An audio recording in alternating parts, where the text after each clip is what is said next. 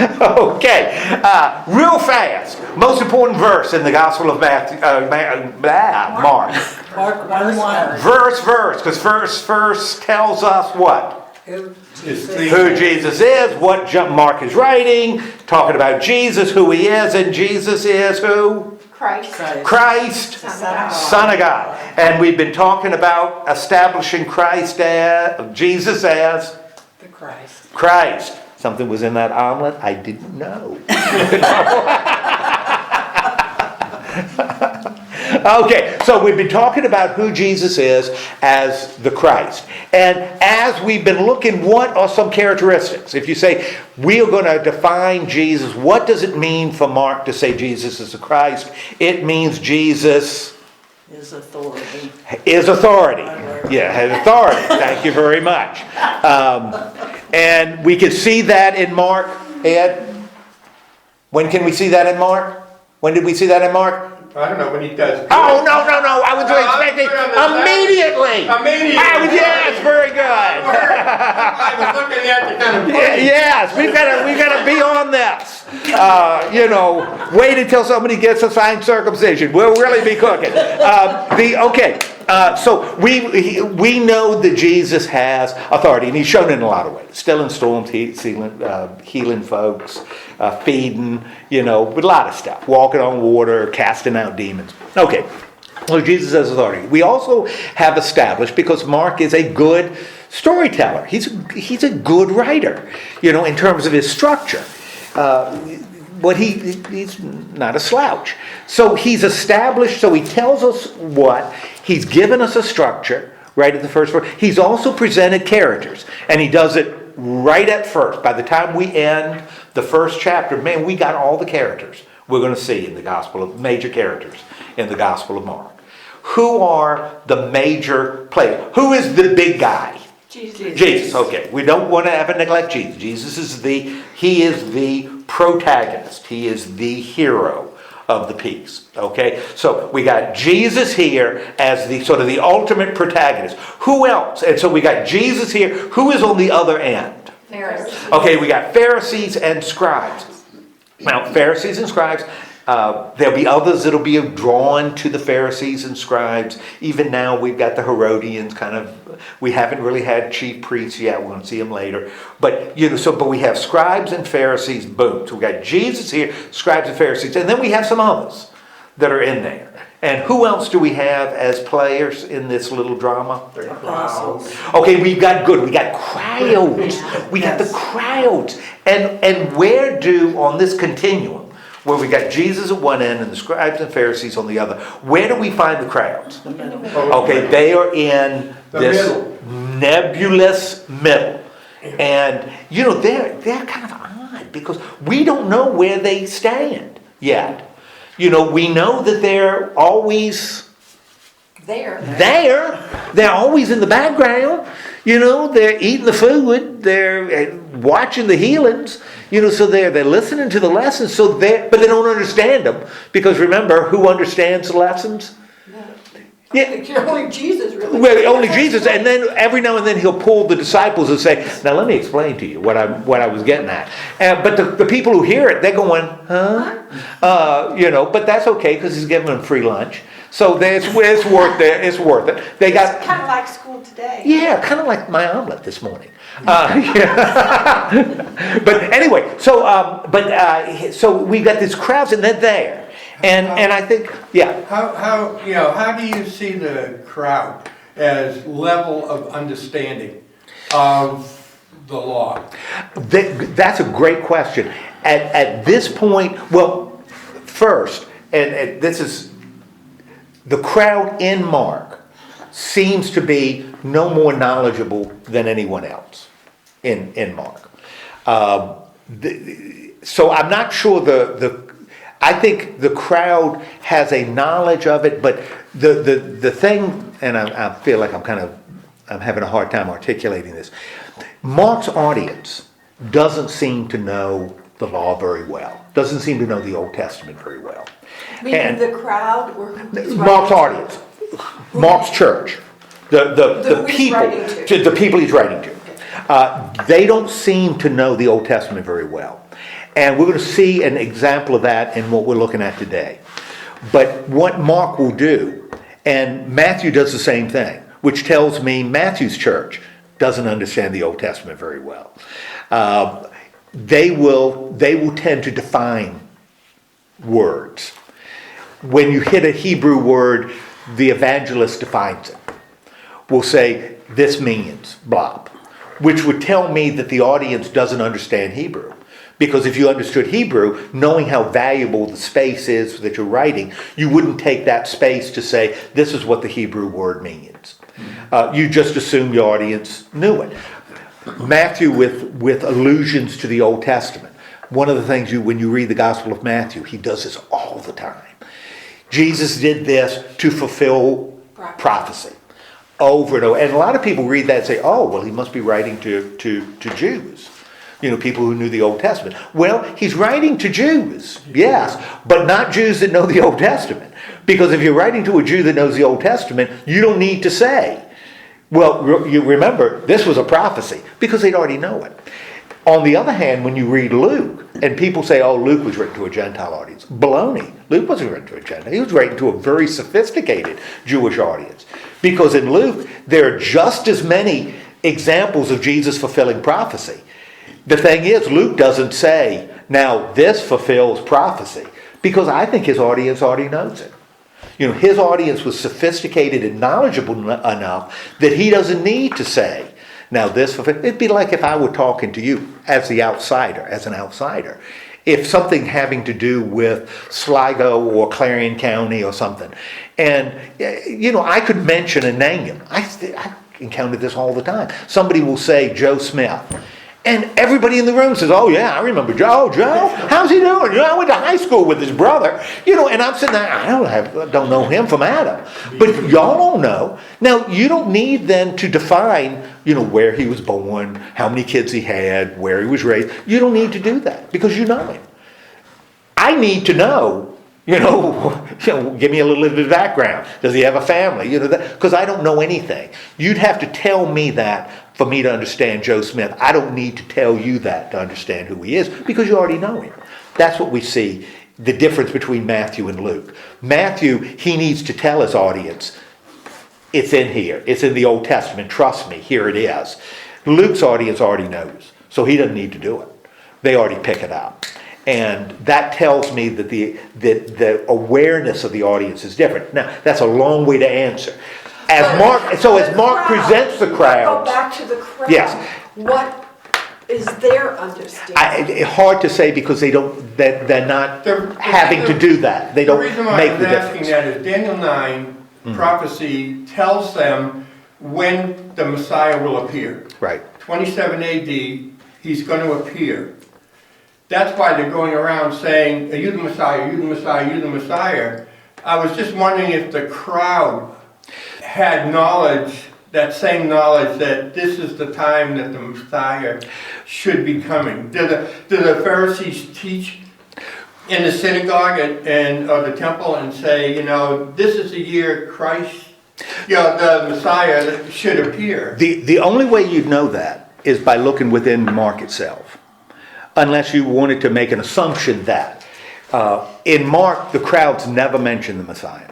The crowds never say, is he the Messiah? Yeah. Which in Mark. Now, historically, did they? I don't know. But in Mark, as Mark presents the crowds, they never ask that question. Is he the Messiah? Even a step further, because you've got in the Gospel of Matthew and the Gospel of Luke, John the Baptist sending his disciples to Jesus, saying, are you the one or should we wait for another? Yeah. That story doesn't appear in Mark. That's in Matthew and Luke. Yeah. So even in Mark, we don't even have John's disciples doing that. So there doesn't seem to be, in the Gospel of Mark, no one seems to be looking for that. Whether that's historically accurate or whether in Mark's mind, as he's presenting the Gospel, that's irrelevant. That's just not important. Because I'm working on something else. The importance is me to establish what the Messiah is rather than is there anticipation for it. Well, he wouldn't want to put anything in that was doubtful, like John the Baptist sending them out saying, are you, or do we have to wait for another? That would put doubt in his gospel. Right. And for Mark separates Jesus from John probably as dramatically as any of the others. Because Mark is the only one that has, Jesus doesn't start his ministry until John's arrested. Right. And that's right at the beginning. The other Gospels, there's this overlap. John, there's a huge overlap. But even in the other ones, John seems to be functioning while Jesus is functioning. You don't see that in Mark at all. And I think because Mark wants that division to be really clear. The old age, new age. And Jesus initiates the new age, and the new age doesn't start until the old age is done. And it's just a different way of viewing the Baptists. Not one is right and the other's wrong. It's just, how does he fit into history? Mark seems to see the Baptists as the old. John, on the other hand, the Gospel of John sees the Baptists as really the beginning of the new. And so it's a different interpretation of John the Baptist. Well, I think it was the old because when he baptizes Jesus and stuff, then Jesus now takes over his ministry, now takes the ministry, right. And John takes the back seat. Right. It's where you put it.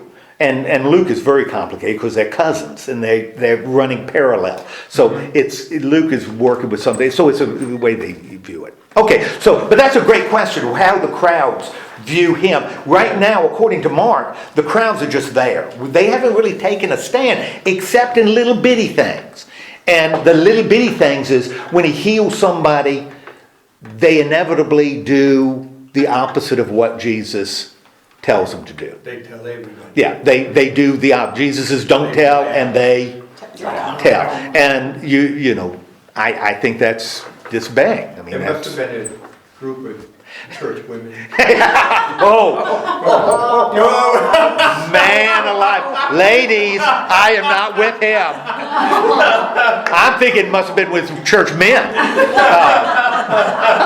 Sorry, Van, I threw you under the bus. But I did it for self-preservation.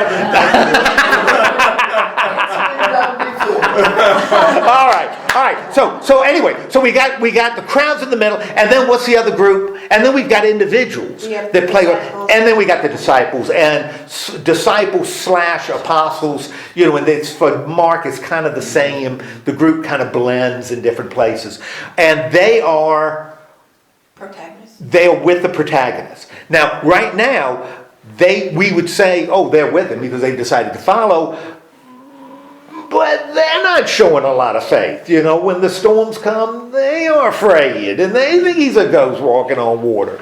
And, they don't understand unless Jesus explains it. So, although they're on the protagonist side, I think Mark is very intentional that we are not to see these as, kind of these paragons that know everything. Because they don't.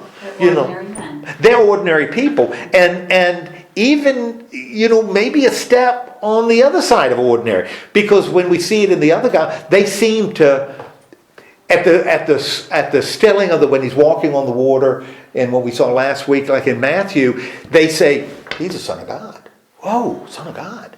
You don't see that in Mark. They don't know who he is. It ends in they're afraid because they don't know who he is. So in Mark, the disciples are certainly on the protagonist side, but on Jesus' side. But Mark has given us a lot of questions about how deep their understanding actually is. Do you think that's because he doesn't want them lifted up as a god? That's it. I think you're entirely right. I think that is exactly what Mark is doing. It makes logical sense to me that Mark, to his community, is trying to tell his community, don't hold these disciples, apostles, up as these supermen.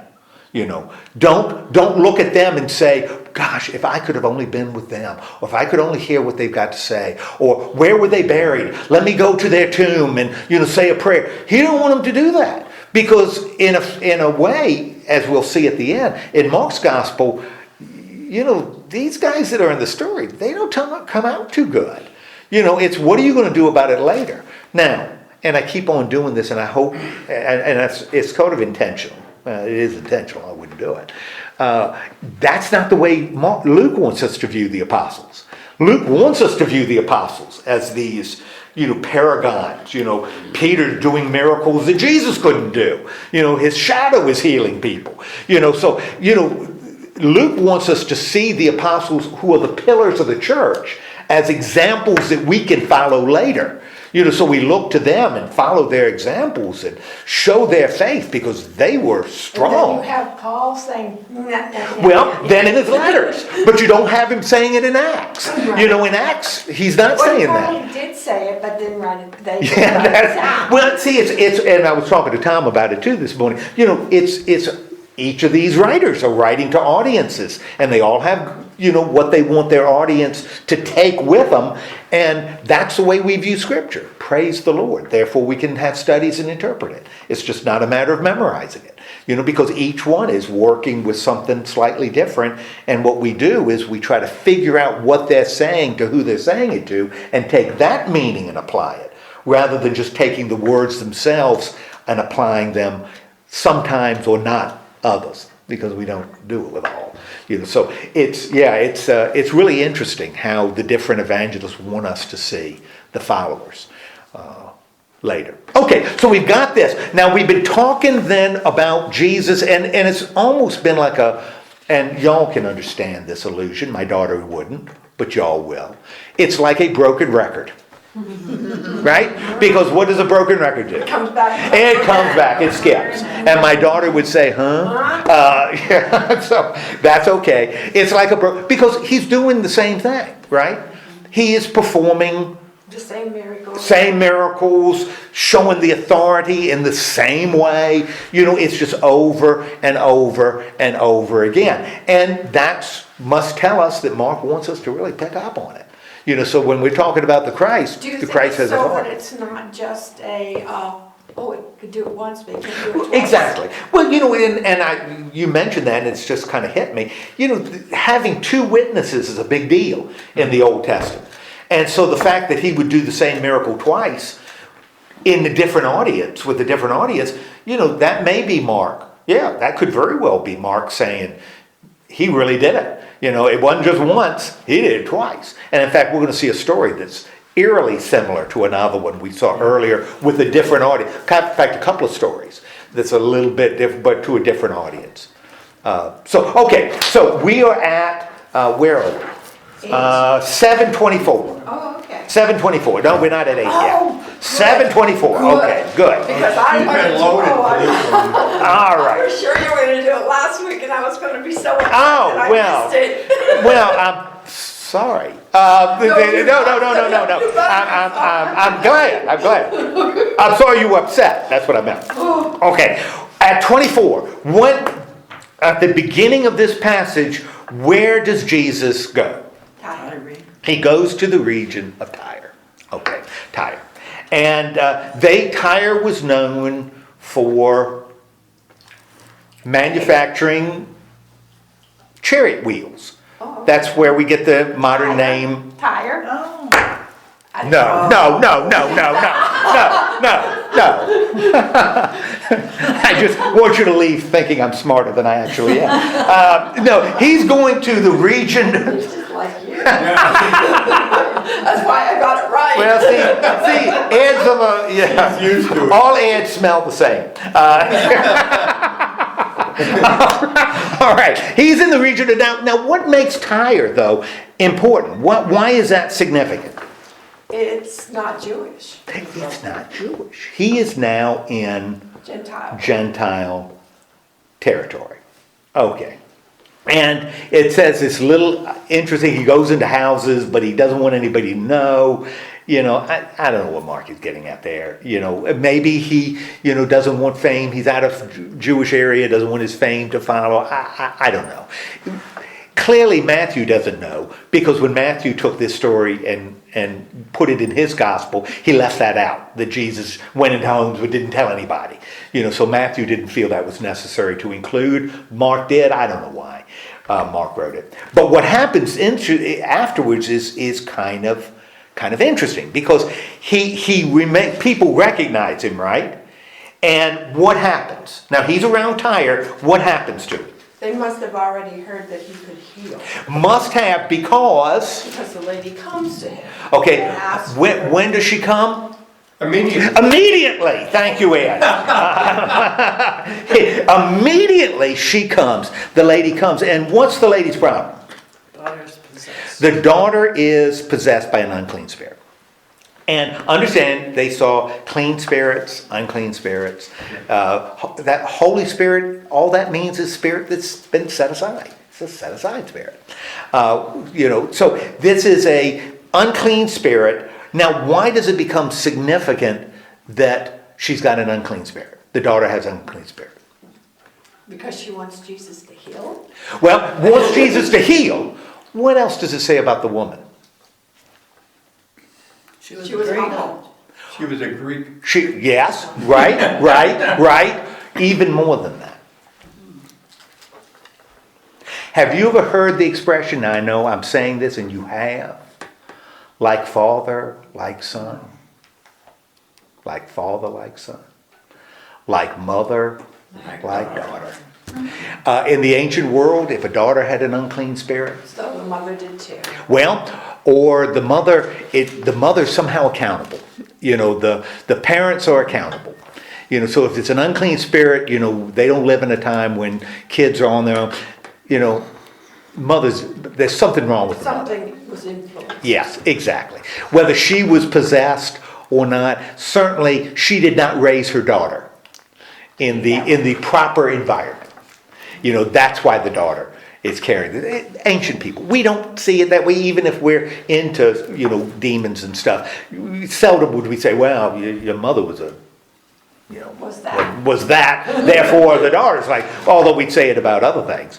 All right, so we got a woman with so Mark has told us, but this is all Mark telling us, filling us in on the characters. So if she's got a daughter with an unclean spirit, that doesn't show good parenting. And what else does Mark tell us about her? He tells us something else about her. Greek. She is a Syrophoenician, which means she's Greek.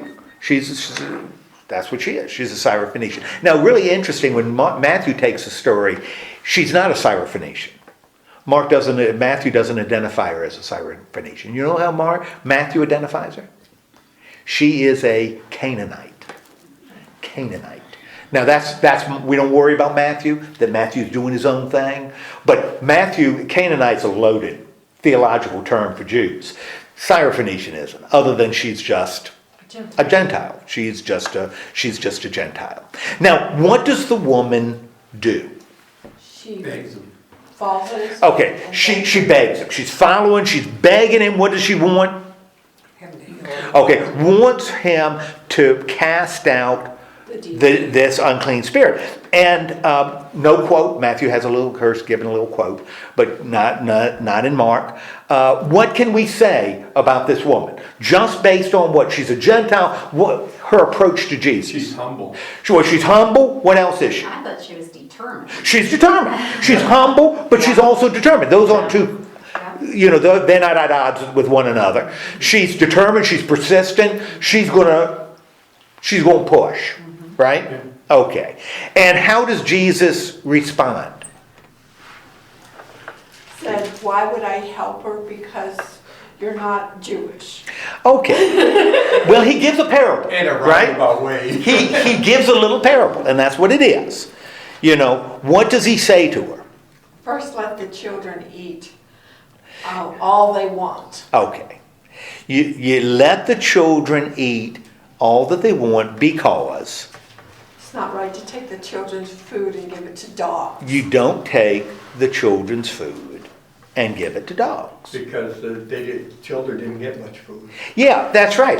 And there's some things that we got to be real careful as we read it, because it sounds really, really harsh. Well, because he says you don't what? First First, you have to feed. you feed the kids, and then Then, if there's anything left over, you give it to the dogs. yeah, even using this analogy doesn't mean, well, the dogs go hungry. You just feed the kids first, and then What's left over. Yeah, it goes to the dogs, okay? But you don't give it to the dogs first. Now, there's some irony running through here. He's calling the Jews children, right? What is ironic? And the Greek word here, and this is another one that we don't see it in English, but you see it in Greek. He uses the Greek word teknon for children here, and teknon means a child by age. You are a child by your age. You know, it's a physical designation. It's not being childish, kind of like childlike. It's you're a child because you're under the age of whatever. And that's the word he uses here, teknon. So it's really, what's ironic in calling the Jews, because he's talking to a Gentile, calling them children? But at this point, they should know something. Yeah, they should know something. And they don't. The leaders don't, right? They don't. Now, he also says, and this is something else, because we've read the story, Mark is a good writer, he talks about bread and satisfied in his little. I don't know about you, but as soon as I see bread and satisfied, I'm experiencing deja vu all over again. Because we ran across those words just a little while ago. When did we run across those words? Feeding the 5,000. He fed them with bread and they were satisfied. But there was some left over. Yeah, very good. Give yourself a star. That's exactly right. So file that in the back of our heads, because this is a little parable. Unless Mark doesn't care. He's using the same language that was just used in this feeding miracle. Bread and the idea of being satisfied, and we knew by that miracle everybody was satisfied with leftovers to spare. Okay. Now, why should the children eat first? Why should children eat first? Why should? Well, what does Jesus say? Because he tells us why the children should eat first. Because it was his own family. Well, own family, exactly. And if you're in the family, when you had people, come by on Christmas, you were going to feed your family first. If I came over to any of your houses for Christmas, what would have happened? You'd have fed your family first, and I'd have just sat there. No. That's why we lock our Yeah, I tell you, that's what we do at Halloween. We eat the candy first, and then whatever's left over, we give the kids. But you feed the family. It's not right. That's not what you do. You don't feed the dogs before you feed your kids. He uses a good Gar statement, so he's answering, why would you do that? Well, you do it because it's not good to feed the children's bread to the dogs. Okay, so what seems to be the issue here for Jesus? And this is really important to understand what's going on here and the stories, some of the stories that follow. What seems to be really important for Jesus in this little parable? That the Jews get the message first. Yes. Therefore, it's a matter of priorities and timing. Yes. It's a matter of timing. He's not saying, well, the dogs should never eat. Doesn't say that. Doesn't say the food will never go to dogs. It's for the people of Israel, and therefore they'll eat and they'll have extra and they'll save the extra. And dogs, get them out of the house. Like I dated a woman years ago that said cats belong in the barn. That's what she said. Yeah. You don't bring cats in the house. Cats belong in the barn. And that's what she believed. She also believed boyfriends belonged in the barn, but we don't want to talk about it. But that's what she, and he's not saying that. The dogs just have to, they're just on their own.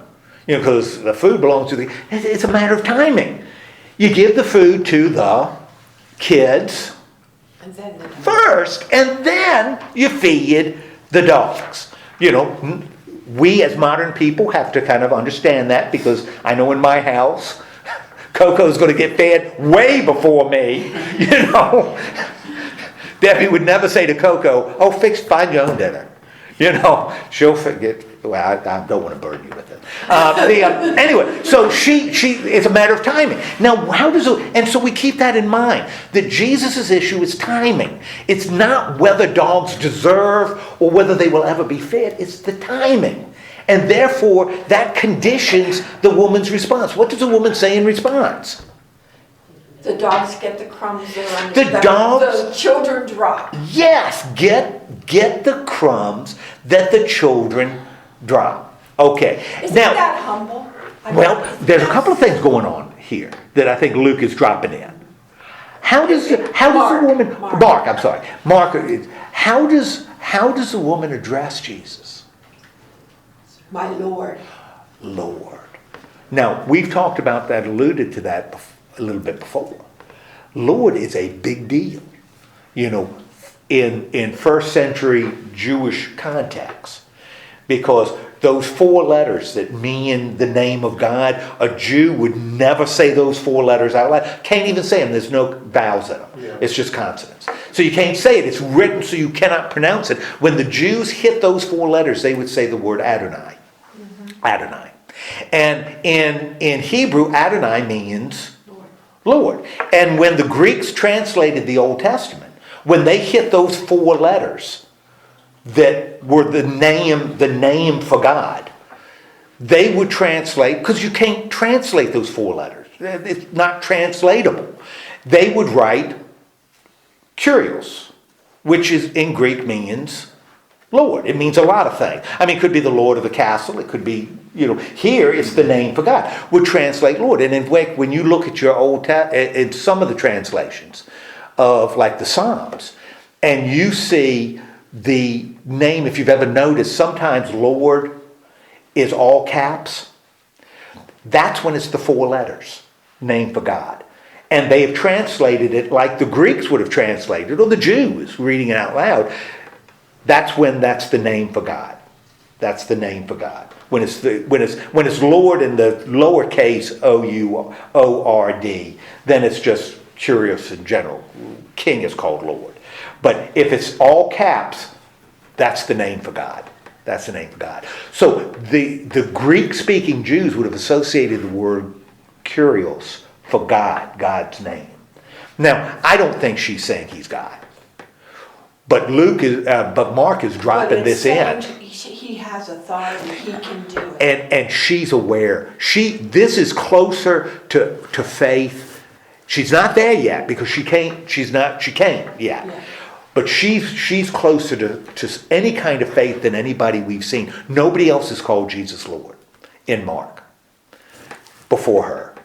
She is coming closest that we've seen. And here's a Gentile with a demon-possessed daughter. Has come closer to faith than anybody, including the apostles. Including the apostles. And I think Mark is just dropping this in. So the reader goes, oh, man, that's pretty powerful stuff that she calls him Lord. Again, not the case in other Gospels, but it is the case in the Gospel of Mark. Okay, so she calls him Lord, which becomes really, really kind of an important thing to say. And what does she say after she calls him Lord? About the crumbs, the dogs eat crumbs. Well, what is that saying about her perception of Jesus' authority? What is that? What is, because she's been persistent, and she calls him Lord, which shows that there's some kind of stuff going on. And she says, yeah, but the dogs eat crumbs. What does that suggest? What is she suggesting about Jesus' authority? That he can do it. He can do it, and the crumbs are enough. You don't have to give me a slice. Because you have so much authority, the crumbs are enough. That's all I want. That's all I'm looking for is just the crumbs. Okay, so what ends up, so she says that, what ends up happening? The demon leaves. Okay. First Jesus says, because he speaks to her, right? Reply. How you reply. Yeah, that's right. That's right. How she replies. That's kind of interesting because Jesus doesn't, remember we saw that thing with the woman in the crowd with the bleeding, and he said, your faith. What does Jesus say? Your attitude. Your attitude, what you said. What you said, because of what you said. And what did she say? She called him Lord. Lord, and I don't need much. Just I don't give me need just much. enough. I don't need much. I don't need crumbs or enough. And because you said that, and that's what Jesus said, because you said it, not because you believed, not because you had faith, not because you acknowledged me as, because this is what you said, then what does he tell her to do? Your daughter's healed, just go away. Go. Immediately. Go immediately, thank you. And what happens? She went home and her child was fine. The child is fine. Now, I think this isn't the big pivot in Mark, but this was one of the little ones. You know, the big pivot we're going to run into in the next chapter. The whole book of Mark pivots on this. But this is another little one. This is a little one. Why is this story so incredibly significant? This is probably the first time any miracles have been done for somebody that didn't have God as their God. Okay. And so it's showing us that salvation is available to everyone. Okay, good. So we got the mission shifting a little bit. Yeah. If we got to pivot, to this point, Jesus has always been hanging around. Well, he's gone. He cast, the guy with the demon and the pigs and stuff. That happened on Gentile territory. But here we've got a Gentile showing what's closer. And can't call it faith because we're not at faith yet. Mature faith. But we got a Gentile being a hero here. And Jesus, the fact that Jesus shifts, and he says it's a matter of timing, and she says, Jesus, and if you look at Jesus, the time is now. The mission is changing. It is no longer just to the children. The mission is shifting to Gentiles too. And so in this little story, we get this little shift in the mission. And that's reinforced by the stories that follow. And that's why Mark, it's not an accident, that this is a shift in the mission of Jesus. He's still the Christ, so he's still showing authority, but we've got this little shift. And where does Jesus, so this happens and we say, whoa, that's kind of cool. Where does Jesus go from here? Sidon. He goes, well, it's kind of he went through Sidon to get to what? Oh, Sea of Galilee. To get Sea of Galilee and the Decapolis. Well, there's a problem. you can't get there from here. You can, but you wouldn't. Sidon is north of Tyre, so he'd be going up north and then over when he doesn't need to go north and down. It could be that he's avoiding Galilee, maybe. Maybe. Could be that Mark just doesn't know his Palestinian geography that well. If he doesn't, I don't care. I'm all right with that. What's important to me is he's moving from one Gentile area to another, because the Decapolis is Gentile. Mm-hmm. So it's not Jewish territory. It's interesting that he would do that and Mark not say anything about it, because he might not have been received in the same way that the Syrophoenician woman, calling him Lord, and then he goes and he talks and he goes all the way through that area. Now, yeah, Mark may want him to, he's taking the long way, the scenic route, because instead of doing this, he's doing this. Now, why you would do this, it's going to take it longer. With more people. Where you're also staying in Gentile territory. Going across, you go across Galilee, which is sort of a mixture. Maybe that's Mark's intention. I don't know. All I know is that's the route that Jesus went, but Mark doesn't explain why. If Mark had said so he could stay in Gentile, then we know. But he doesn't say that. So why he did it, I'm not sure. What it really comes down to is that it's not a relevant point to proving he's the Christ. Exactly. It is not relevant to Mark. And so we don't want to belabor it too much because it's just not important. What happens though when he gets to the Decapolis? He's still in Gentile territory. What ends up happening? He brought him the deaf and dumb. He brings him of somebody who is deaf and has trouble speaking. Now, this thing about having trouble speaking is there's only one other place in the entire Bible where that's used. Just one other verse. And you're not going to think of it. Because it's in Isaiah. Where it's nowhere in the New Testament. Is that Greek word Whenever used? he said that I can't speak well and they took the coals to his lip. No, that's... Well, Moses, Yeah. it was the same thing. But they didn't use that Greek word. Oh, okay. This Greek word is only used in Isaiah. And it talks about, this is a quote in Isaiah. When the eyes of the blind shall be open and the ears of the deaf unstopped, when the lame will leap like a deer, and the tongue of the speechless, same Greek word, sing for joy, for the waters will break forth in the wilderness and the streams in the desert. Okay, so whether that's in the back of mine, I got to assume it is, because he's chosen to use a word that isn't familiar. He uses an odd word to describe being mute. You know, there were other Greek words he could use that were more familiar than this one. He chose one that's pretty obscure, but is used in Isaiah. So anyway. I'm assuming you're using the Septuagint. Yes, that is used in the Septuagint. Yeah, that's the word in the Septuagint. Yeah. The Greek, and the Septuagint is a Greek translation of the Old Testament that was made way before Jesus was born. Yeah, about 400 BC. Yeah, really, really early. Okay, so what does this guy, so the guy can't speak well. What do the people do? What do the people do? So this guy is here. What do the people do? They're begging. Okay, beg him to Touch him. to touch him, right? And what now? There's no uncleanliness here, so the touching doesn't involve being clean or not. What does Jesus do? Which is, oddly enough, when I got my COVID test, this is what the PA did. Did the exact same thing. Stuck his finger in your ear. Yeah, spit and stuck his... I don't believe you. I don't believe you. Well, of course, after the person left, and someone else came in and said, "Who was that?" It was just his, so yeah, I thought it was odd. The whole thing was odd. But yeah, he spit and stuck it in my ear. He takes it away from the people so they don't see it. Is that what they did to you? Took you away so they don't see it? Well, maybe that's why I tested negative. I don't know. They were working on you? Yeah. I did hear the police call later. But anyway, he spits and puts, which everybody wants, a little bit of spittle on your tongue. Right, Ellen? Yeah.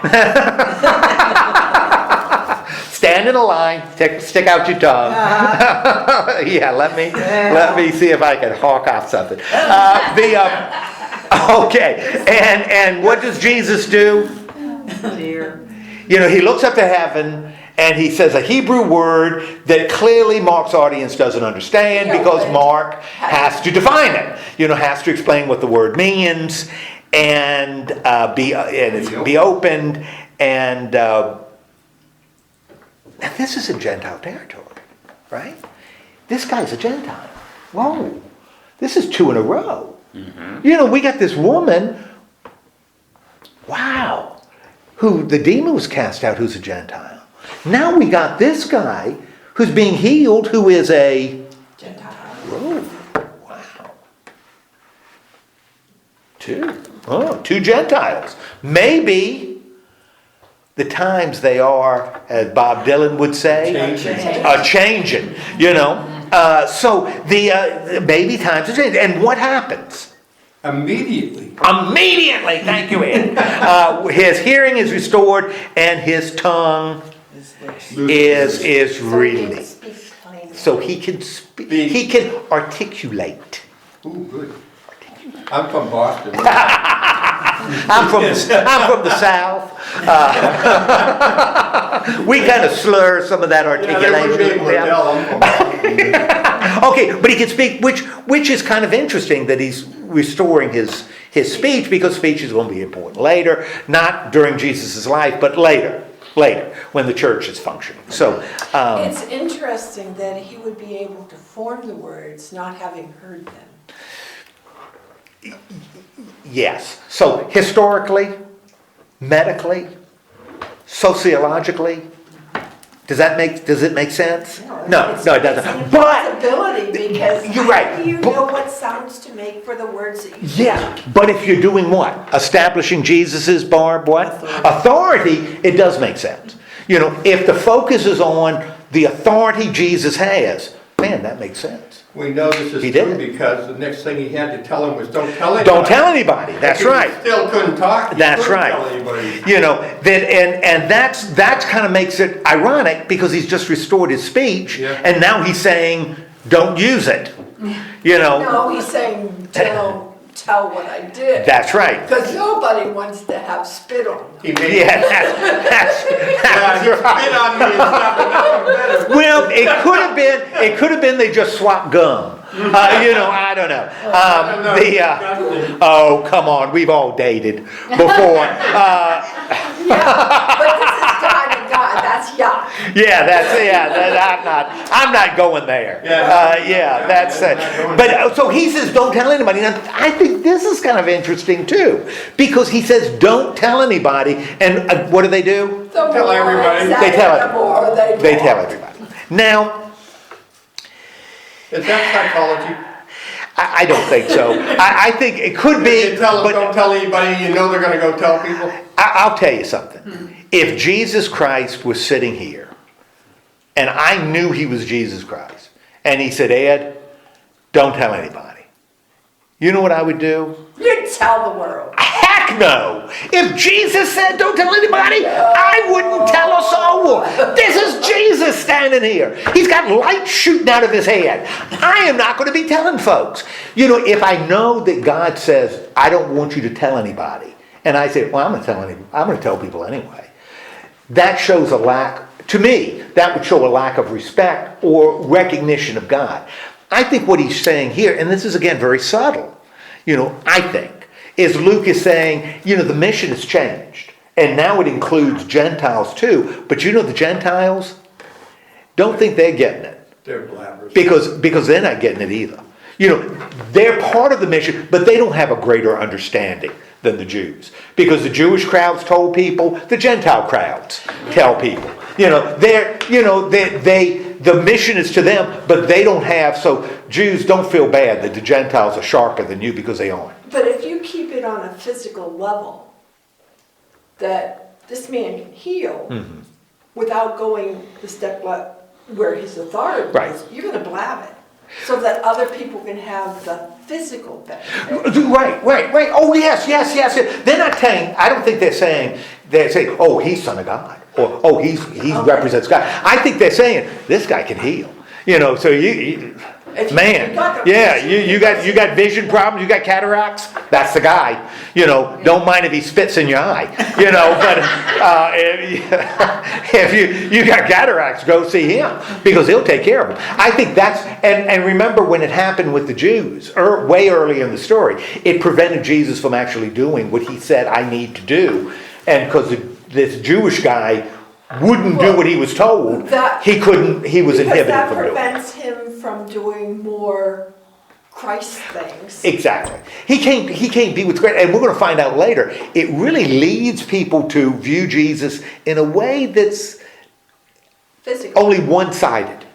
In a way that's one-sided. Just one aspect. He probably didn't want them to think he was a miracle worker. That's it. Alice, you said it much better than I did. That's exactly what I think he's saying. That he didn't want people to say, he's a miracle worker, come here. You know, and the crowds, because that's what happened before. That so many people came, he couldn't even preach anymore. There were so many people asking him for favors. If you've ever seen Jesus Christ Superstar, which I think is a magnificent piece of work, but there's a song in it when people are coming to him, you know, with healing, you know, that are constantly on him, and crowd on him, and finally he says, "Go heal yourself," in the song. Well, because he is so overwhelmed with this need, he can't function, and I think that's what's happened.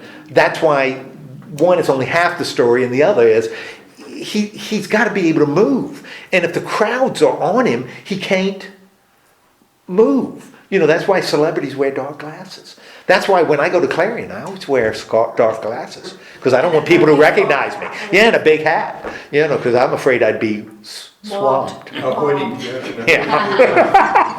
It's interesting. That only happens to me in Norfolk. It's interesting the fact that Usually my debt collectors. Jesus wants us to know all facets of him as opposed to just one or two. He wants us to have the whole picture of what all he is, rather than limiting it to the healing. And you can't, and for Mark, this is absolutely crucial, and we're going to talking about this next week. You can't appreciate Jesus unless you see the sacrifice. You can't understand who he is until you see him on a cross. You can't do it. If all you see is him walking on the water, healing the sick, feeding thousands of people, if that's all you can see, man, you don't see Jesus. You don't understand who he is. Because this guy who does that is going to hang on a cross absolutely alone, abandoned by everybody, including God. That's part of Jesus too. And unless you see both sides, you don't understand him. You don't understand him. And you don't understand the Christian life. If you assume Christian life is getting free fish sandwiches and water always stilled, that's great, but you don't understand that it also means denying yourself, taking up your cross and following him, instead of being first, being last. Unless you get that too, you don't know what it means to follow him. You know part of it, but you don't know what following him is really all about. I find that it seems like most Christians and stuff see God, or Christ, if you want to use it that way, serves them. Sure. Not that they serve the Lord. Right. So they see him as Savior, but not maybe necessarily Lord and Savior. They see him as a handyman, as somebody giving welfare or whatever guy that's giving everything out, and they don't see that they have to, that they serve him, and then he takes care of them because they serve him. Right. They think they just ask for something and expect it immediately to receive it. Right. Because they see him as the go-to guy to, the go-to guy to get healed or to get, your situation taken care of. It's, I think you're entirely right. And that's why, and Mark, maybe of all the evangelists, is most careful in making sure that people don't get that wrong idea. Because, it gets a little fuzzy in John, because it's a little fuzzy in John. But in Mark, there's real clear that you gotta understand the sacrifice before you can understand the miracles. And you can't understand the miracles until you understand the sacrifice. So they both work together. The miracles inform the sacrifice informs the miracles. I wasn't here at the beginning. There are people that feel... Please tell me you hear that. No, nobody hears it? Oh. I feel like saying, I'm coming home, Elizabeth. Now I'm talking to a crowd that understands that. If I talk to most groups, or younger groups, they don't know what I'm talking about. Yeah, Elizabeth. Yeah. I'm coming for you. Coming to you, Elizabeth. Good. Some people feel that, before we so rudely interrupted here, with your departure, that this is actually Peter's gospel, that he's writing the gospel for Peter.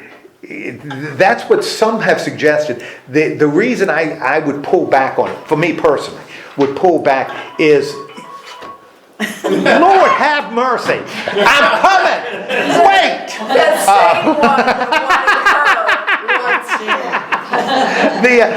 wanted her, The only is that Peter comes off, unless Peter's incredibly humble, he comes off really bad in Mark. He probably, of all four Gospels, he probably comes off the weakest in Mark. Well, that would be further proof of the truth of what they're saying, because a Jew would not make a Jewish man would not make himself look bad and stuff. But he talks about going into his house. He's talking about Peter's house. and he says his house I don't know what it and is. not Is that Peter's Sarah house. Beth? Yeah, it certainly could. I don't know that Mark shows, that would assume that that Mark's gospel is more accurate. And maybe it is, I don't know, maybe. It's certainly the earliest, so it could be. Like I said, Peter comes off looking Yeah. really bad in Mark. Really bad. So, but Especially after the crucifixion. it's certainly. It's the women that go to Christ Yeah. and stuff like that and said they've seen him and they don't even believe him and all that The stuff. women come out best in Mark. Yeah, Mark's I a agree. woman's gospel. Yeah. They come out Except best. they keep talking. Except when it, he's- I'd like some egg we I'll now. help you out. Let me help you out. yeah.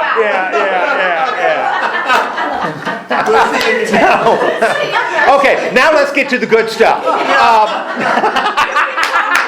it in front of us or behind our back? All right, so he's done this. He's in Gentile territory, right? What happens so he's healed this guy. They talk about it. What happens right afterwards? Crowds gathered. We got this crowds again, and geez, I'm experiencing deja vu. We got a crowd that's what? Hungry. And now they just come out and tell you the crowd is hungry, right? Mm-hmm. Now understand, there's no mention of teaching here. Unlike the first story, doesn't say he's been teaching them a long time, and that's not mentioned at all in this one. But we do have a crowd, and we do have it in Gentile territory. So the setup is a little different. What does he say to his disciples? Compassion. Okay, he feels compassion. Really interesting, because in the first story, why did Jesus feel compassion? Mark tells us he looked at them and they were like, you remember what he said? Mark said, sheep without a shepherd. Does he say that here? No, because this is a different crowd. This is a crowd of Gentiles. He's in Gentile territory. This is a crowd of Gentiles. So they aren't like sheep without a shepherd. That's a Jewish thing. That's Jewish. So the context is different, but there is a bunch of hungry people on whom he feels compassion. Okay, and he has an exchange with his disciples, right? And what's the exchange? What's the exchange he has with his disciples? In here, right in this story. He wanted to know how many. Yeah, how much food we got, right? How are we going to feed the disciples? How are we going to feed it? All these people, and he asks how many loaves. Doesn't mention. Doesn't mention fish. Remember the other one? He said, and they said, 5 loaves, 2 fish. Now he says, how many loaves are there? And he says, 7. Oh, 7. Perfect number. Man, must be significant. Okay, so he's got 7, right? What does Jesus have him do? He breaks it and they distribute it. Okay, even before he breaks it, he has them do what? Thank God. He has them. Thank God. Well, thankfully, he does even before that. Before even he gets to that. I'll sit on Have them sit on the ground. Now you remember, in the other one, he had them sit on, Mark said, on green grass. Ooh, they were like sheep without a shepherd. And they're sitting on green grass. Man, that sounds like it might be significant, related. Now, they are not like sheep without a shepherd, so he has them sitting on the ground. Okay. No mention of green grass because we're not talking about sheep anymore. Okay? And so what does Jesus do? Now what does Jesus do? Man, we're losing people right and left. Lord have mercy. It was sort of like when I was younger, my dating pool. That's what would happen when I had to get somebody for the prom. He got smaller and smaller and smaller as more and more girls needed to wash their hair on the night of the prom. No, that was Alice's son calling. Oh. He has to fix my refrigerator. Oh. That's important. That's important. Yes. Okay, so what does he now he's got the 7 loaves, And he broke. gives thanks, right? Yep. Breaks them, gives them, same thing, right? All this communion imagery. Mark's community probably served communion. I don't think it's an accident that he's using this imagery here, breaking bread and distributing it to the crowd. Okay, and it says now he throws the fish in, and there were a few small fish that he blesses and distributes them to. And what happens with the crowd? They ate, were satisfied. They were ate and were satisfied, just like it was before. And before, how many baskets were left over? 7. Before, in the first story, in the 5,000. Well, 12, how many baskets are left over here? 7. 7. They started with 7. Whoa. They ended up with 7. And these are two, remember the last one we said with the 12 when he did the 5,000 in Jewish territory. 12 left over, 12 tribes of Israel, that makes sense. Now he's in Gentile territory. Has 7 baskets left over. A good perfect number. Okay. Because the audience is different, right? And so this time, how many people are fed? 4,000. 4,000 people. And so we've got these two stories that are next. And when I was a kid, you looked at those stories and said, why would they do them both? I mean, why in heaven's name would you do both of them? One is enough. And in fact, in the Gospel of John, he only has one. So isn't one enough to establish that he can do it? Why 2? Why 2? Because remember, space is a premium. Space is a premium. Mark has chosen to tell these 2 stories that sound almost identical. Why would he do that? How are these 2 stories different, and why are they both necessary for us to understand what's happening? Jewish and Gentile. That's it. Jewish and Gentile. And they stand on opposite sides of that, like I said to you, that little hinge. The woman with the Syrophoenician woman. That little hinge where the mission changes. And so we've got both these feeding stories that one, it's enough for the Jews. One, the other, it's enough for the Gentiles. Okay. What? What did you say? Oh, you didn't turn my sound. Okay, don't spit in my ear. All right. So anyway, so what's the situation after the feeding? What happens? They sent him home. Okay, he sends them home, right? And they get on a boat and go to the other side. Now they're heading back where? If they're on a boat going to the other side of the lake, they're going back to Galilee, Jewish territory. So they're heading back away. And as they head back across the lake, they've done the work with the Gentiles. What does Jesus say to the disciples?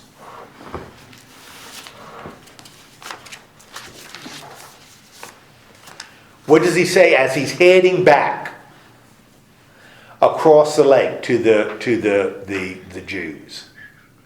He warns them, doesn't he? Be careful. Be careful. Be careful of what? Herod and the Pharisees. But what about Herod and the Pharisees? He says, beware of the yeast. Ooh, the yeast. But what the heck is he talking about with the yeast of the... Something about making it rise or puffing them up. Making what rise? Well, the people, maybe these Pharisees, or what are we doing? When I have one of those machines. Bread machine? Yeah. And I put yeast in it. Yeah. Yeah. Only I bought instant rice and it hasn't worked real well. I got to figure out what's going on there. But I put yeast in it because it makes my bread rise. Ooh. Yeast is used to make bread, right? Right. Yeah. And Jesus has done what? 7 loaves of bread. And he did it with 5,000 and he did it with 4,000. And he had enough bread so that everyone is satisfied. And as they're going across the lake, he says, watch out for the yeast of the Pharisees and the Herodians. Because the bread they make is evil, will feed nobody. The bread I have can feed 9,000 people with leftovers. The yeast of the bread made by the Pharisees and the Herodians feeds bupkis. Nobody. Feeds nobody. Of course, because the disciples are really bright, and they're aware, what do they assume he's talking about? Bread. He's talking about, well, we didn't bring sandwiches. We had all this leftover and we didn't bring the sandwiches. Boy, was that stupid. And Jesus says, Don't you understand? Mind Bible. Yeah. If he were saying it now, he probably would say something. Are you stupid? What is wrong with you guys? Didn't you see what I just did? 5,000 with 12 leftovers, 4,000 with 7. Don't you understand what it means? My bread can feed everybody. Their bread can feed nobody. And the disciples say, you're right, Jesus, next time we'll bring sandwiches. They don't get it. They don't get it, right? They get to the shore, what happens?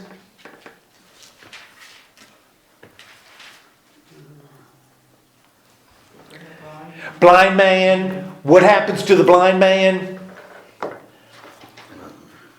He heals the blind man, takes a while.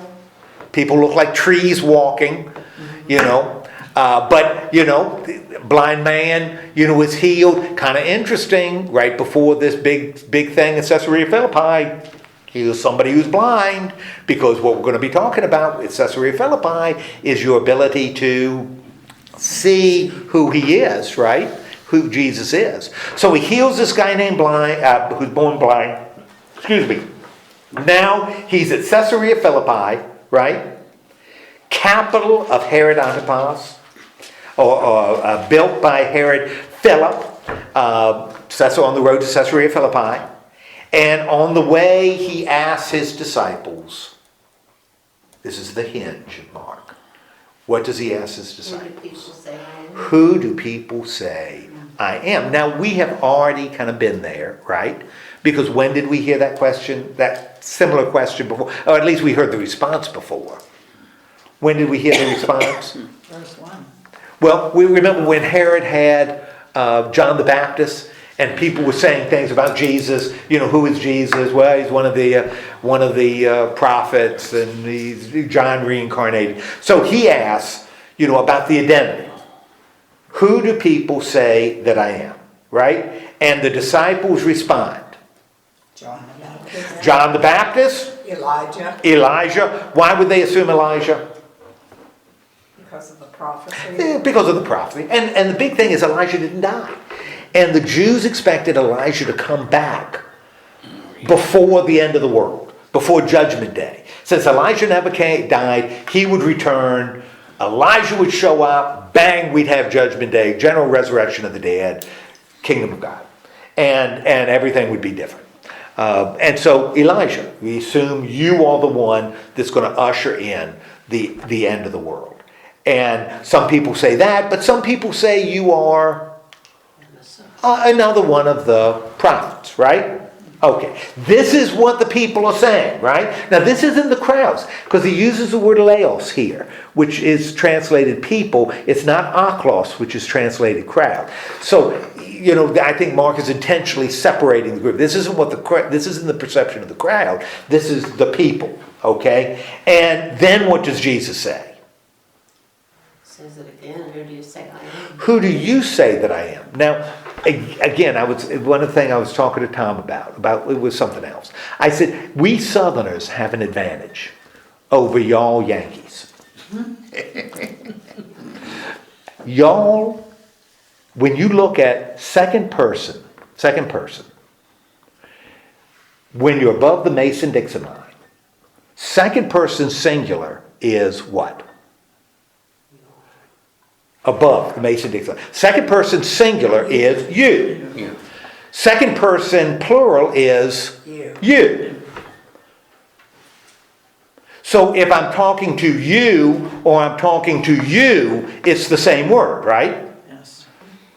Down south, I'm talking to you or I'm talking to Y'all. y'all. I'm talking to y'all. I've heard a lot of Southerners say you all as singular. Yes, well, it depends on where in the south. Because if they do that, they will say all y'all. If you're talking about a whole bunch of people, they'll sometimes say all y'all, which is really confusing. But that's like Alabama. Yeah. They don't know what they're doing. Never trust anybody from Alabama. You can't go further south than Richmond anyway. So anyway, he says, but it's plural here. So he's not asking individual disciples. He's asking The group. the group. Who do y'all say that I am? And Peter, and the reason I say this is, this isn't Peter as an individual. This is Peter as a disciple spokesman for the group.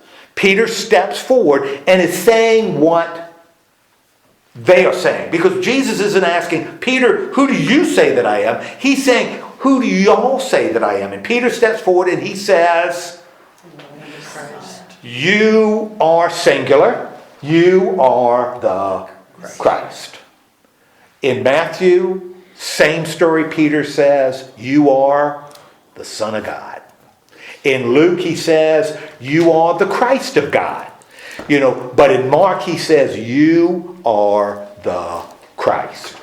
And to me, boom, we have finished part 1 of the Gospel of Mark, because what has Mark done, at least in his mind, in telling the story? Established. He has established Jesus as the Christ, right?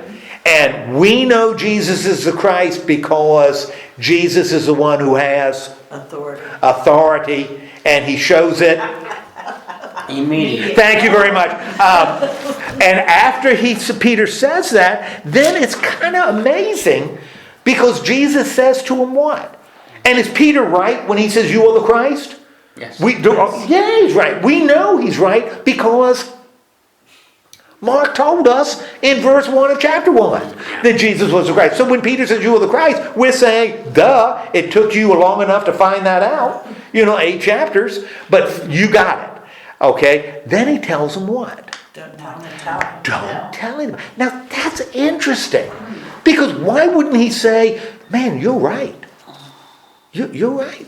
Tell everybody that I'm the Christ. Why do you think he would say, don't tell anyone?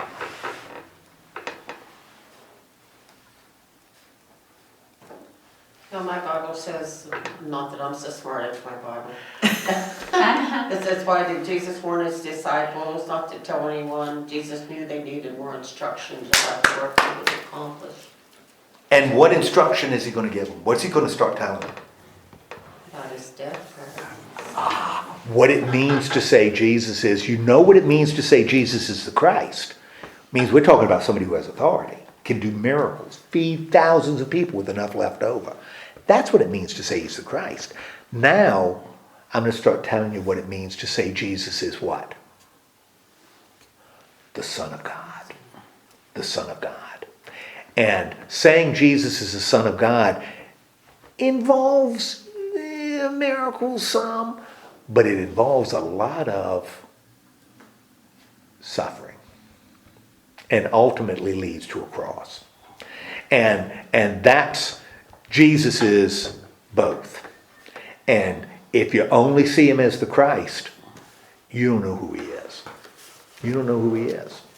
Because you got to know him as Son of God too. And that's what we're going to see. And that's that hinge.